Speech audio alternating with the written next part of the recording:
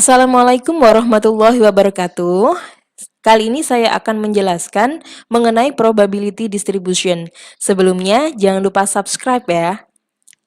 Oke, distribusi probabilitas memberikan seluruh jangkauan nilai yang dapat terjadi berdasarkan sebuah percobaan. Distribusi probabilitas menyerupai distribusi frekuensi relatif. Namun, selain menjelaskan masa lalu, distribusi probabilitas menjelaskan seberapa mungkin suatu kejadian di masa depan akan terjadi. Sebagai contoh, sebuah pabrik obat menyatakan bahwa sebuah pengobatan dapat menurunkan berat badan untuk 80% populasi. Kemudian sebuah badan perlindungan konsumen menguji cara pengobatan tersebut pada sebuah sampel yang berjumlah 6 orang. Jika pernyataan pabrik obat tersebut benar, hampir tidak mungkin menghasilkan sebuah hasil di mana tidak seorang pun dalam sampel itu berat badannya turun, dan probabilitas terbesarnya adalah 5 dari 6 orang akan turun berat badannya. Nah, dalam bab ini kita akan membahas rata-rata, variansi, dan standar deviasi distribusi probabilitas. Kita juga akan membahas 3 distribusi probabilitas yang sering muncul, yaitu binomial, hipergeometris, dan Poisson. Apakah distribusi probabilitas itu? Distribusi probabilitas itu merupakan sebuah daftar seluruh hasil percobaan dan probabilitas dari setiap hasil yang bersangkutan. Misalnya, kita ingin mengetahui banyaknya kepala atau head yang muncul dalam 3 kali pelemparan sebuah koin. Inilah percobaannya. Kemudian hasil-hasil yang mungkin adalah 0 kepala, 1 kepala, 2 kepala, dan 3 kepala. Berapakah distribusi probabilitas kepala yang akan muncul? Nah, kalau kita lihat di sini ada 8 hasil yang mungkin terjadi. Sebuah ekor dapat muncul pada lemparan pertama, sebuah ekor lagi muncul pada lemparan kedua, dan sebuah ekor lagi muncul pada lemparan ketiga koin tersebut. Atau kita mungkin mendapat sebuah ekor, dan kepala secara berurutan. Kita menggunakan rumus perkalian untuk menghitung hasilnya. Secara keseluruhan ini dicatat dalam tabel berikut. Perhatikan bahwa hasil 0 kepala muncul hanya sekali. Kemudian 1 kepala muncul 3 kali. 2 kepala muncul selama 3 kali. Dan 3 kepala muncul cuman sekali. Ini berarti bahwa 0 kepala muncul sekali dalam 8 kali percobaan. Dengan demikian, probabilitas dari 0 kepala adalah 1/8. Probabilitas dari 1 kepala adalah 3/8 dan seterusnya. Distribusi probabilitas dapat dilihat di sini. Oleh karena itu, satu dari hasil-hasil ini harus terjadi. Jumlah probabilitas dari semua kejadian yang mungkin adalah 1. Sebelum melanjutkan, kita harus perhatikan ciri-ciri yang penting dari suatu distribusi probabilitas. Yang pertama, probabilitas dari sebuah hasil adalah antara 0 sampai dengan 1. Kemudian hasil-hasilnya adalah kejadian yang tidak terikat satu sama lain.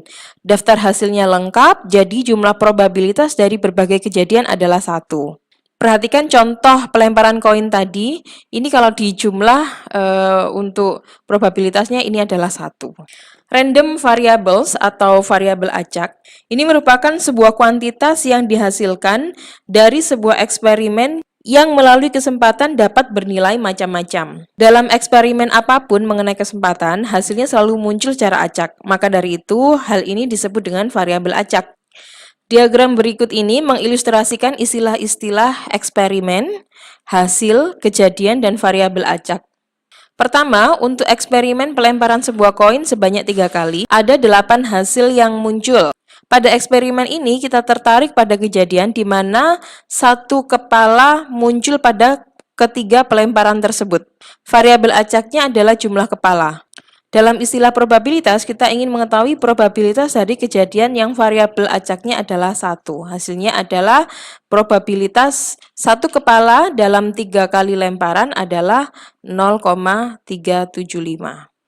Hal ini bisa dilihat dari sini. Kemudian variabel acak diskrit merupakan sebuah variabel acak yang hanya dapat berisi nilai-nilai yang terpisah dengan jelas. Sebuah variabel acak diskrit biasanya adalah hasil dari menghitung sesuatu. Kalau variabel acak kontinu ini distribusinya adalah distribusi probabilitas kontinu. Jadi jika kita mengukur sesuatu seperti lebar ruangan, tinggi seseorang, atau tekanan ban mobil, variabel tersebut adalah sebuah variabel acak kontinu. Jadi dapat berisi satu dari sekian banyak nilai yang jumlahnya tak hingga dalam batas-batasan tertentu.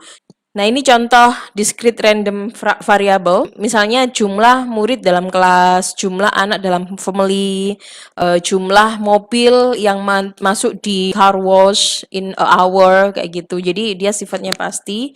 Kalau continuous, jadi misalnya jarak student travels to class, itu kan kira-kira waktu yang digunakan untuk menuju ke untuk bekerja, length of afternoon nap, dan seterusnya. Feature dari discrete distribution itu adalah sum of probability-nya itu adalah 1, probability-nya itu antara 0 dan 1, the outcome are mutually exclusive. Kita bahas mengenai rata-rata, variasi, standar deviasi, distribusi, probabilitas.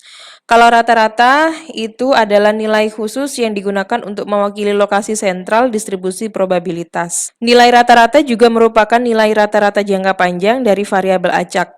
Jadi nilai rata-rata distribusi probabilitas juga dikenal sebagai nilai perkiraan atau expected value. Rumusnya seperti ini, yaitu mu adalah sigma X kali probability X. Kemudian varians dan standar deviasi. Seperti yang kita tahu bahwa nilai rata-rata itu adalah nilai khusus yang digunakan untuk merangkum distribusi probabilitas diskrit. Namun nilai tersebut tidak menjelaskan besarnya sebaran atau variasi dalam sebuah distribusi. Jadi nilai varians ini menjelaskan rumus untuk varians itu adalah seperti ini. Varians adalah sigma dari X min mu kuadrat dikalikan dengan probability X. Jadi caranya adalah mengurangi nilai rata-rata dari setiap nilai dan kuadratkan selisih tersebut, kemudian kalikan setiap selisih yang dikuadratkan dengan probabilitasnya, lalu dijumlahkan hasil perkaliannya untuk memperoleh varians. Contoh menghitung varians, misalnya di sini, John Rexdale menjual sebuah mobil baru untuk Palissan Ford. John biasanya menjual mobil paling banyak pada hari Sabtu. Ia membuat distribusi probabilitas berikut untuk banyaknya mobil yang ia perkirakan dapat terjual pada suatu hari Sabtu. Jumlah terjualnya 0, ini 0,1, dan seterusnya seperti ini. Lalu, apa jenis distribusi tersebut? Ini adalah distribusi probabilitas diskrit untuk variabel acak, banyaknya mobil yang terjual. Perhatikan bahwa John memperkirakan dapat menjual hanya dalam kisaran tertentu. Ia tidak memperkirakan akan menjual 5 mobil atau 50 mobil. Jadi spesifik. Selain itu, ia tidak dapat menjual setengah mobil kan, gitu. Jadi dia hanya menjual 0, 1, 2, 3 mobil, gitu. Hasil-hasilnya juga tidak terikat satu sama lain. Ia tidak dapat menjual mobilnya sebanyak 3 dan 4 pada hari Sabtu yang sama kan. Nah, makanya dia masuk kategori distribusi probabilitas diskrit. Lalu, pada suatu Sabtu, berapa banyak mobil yang John perkirakan dapat terjual? Nilai rata-rata untuk banyaknya mobil yang terjual dihitung dengan memberi bobot pada jumlah mobil yang terjual menggunakan probabilitas. Jadi rumusnya seperti ini. 0 dikalikan 1, wah ini dibobotkan, ini dikalikan ini, kalikan ini, kemudian di total hasilnya adalah 2,1. Maka ini adalah rata-rata penjualannya. Nah, ini secara spesifik ini. Nah, apa sih maksud dari rata-rata 2,1 ini? Nilai ini mengindikasikan bahwa dari sekian banyak hari Sabtu, John memperkirakan dapat menjual rata-rata 2,1 mobil setiap harinya. Tentunya tidak mungkin John menjual 2,1 mobil pada hari Sabtu yang manapun. Namun, nilai perkiraan itu dapat digunakan untuk menebak nilai rata-rata hitung dari mobil yang terjual pada hari Sabtu untuk jangka waktu yang panjang.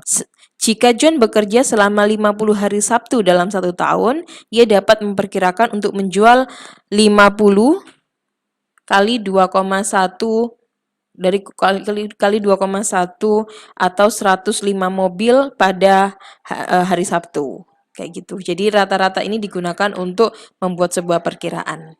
Kemudian berapakah variansi dari distribusi tersebut? Nah, kita gunakan rumus ini. Kan udah dapat min-nya, maka ini kita masukkan probabilitasnya, number of sold-nya, dan seterusnya. Ini X dikurangi dengan mu ini rata-ratanya, jadi ini dikurangi mu, kemudian dikuadratkan, dikalikan probabilitas, maka ketemulah varians 1,29. Nah, standar deviasi itu kan akar dari varians ya. Nah, jadi akar varians ketemunya adalah 1,136. Ini artinya apa? Nah, misalnya kalau Rita punya 1,91, John 1,36 standar deviasinya, maka Rita itu lebih variatif dibandingkan dengan John. Oke, seperti itu dulu untuk pengantar distribusi probabilitas. Terima kasih. Assalamualaikum warahmatullahi wabarakatuh.